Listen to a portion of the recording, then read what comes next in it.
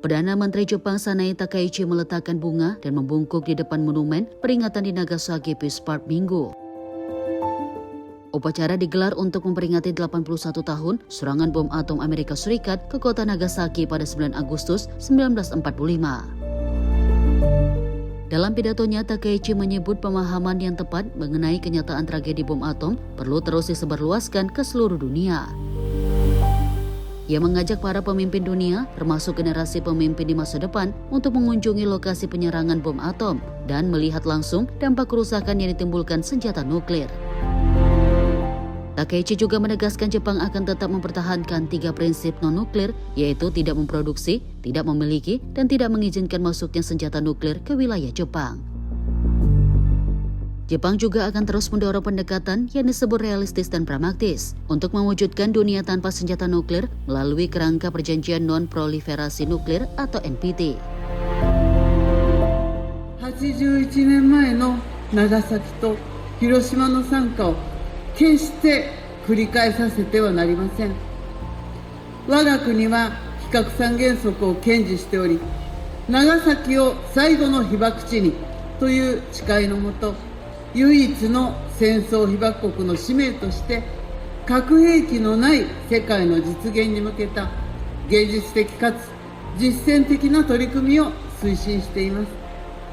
先般の核兵器不拡散条約 NPT 運用検討会議は厳しい国際安全保障環境の下での開催となりましたが、我が国は被爆地の方々の思いを伝えながらNPT の維持強化に向けた結束を各国に呼びかけました。今後も広島アクションプランに基づき一歩一歩着実に努力を積み重ねていく決意です。世界に被爆の実相の正確な理解を広めていくことの重要性はますます高まっています。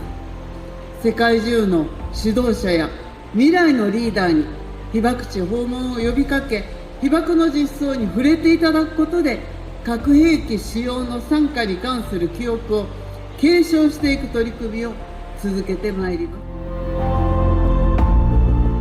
Para peserta upacara kemudian mengheningkan cipta selama 1 menit pada pukul 11:02 waktu setempat. Waktu tersebut menandai saat bom atom meledak di atas Nagasaki pada 9 Agustus 1945. Serangan tersebut menelan korban jiwa sekitar 70.000 orang hingga akhir 1945. Tragedi Nagasaki terjadi hanya 3 hari setelah bom atom dijatuhkan di Hiroshima. Sementara itu, upacara peringatan 81 tahun bom atom Nagasaki dihadiri perwakilan dari 98 negara dan Uni Eropa. Tim redaksi Sinpo TV melaporkan.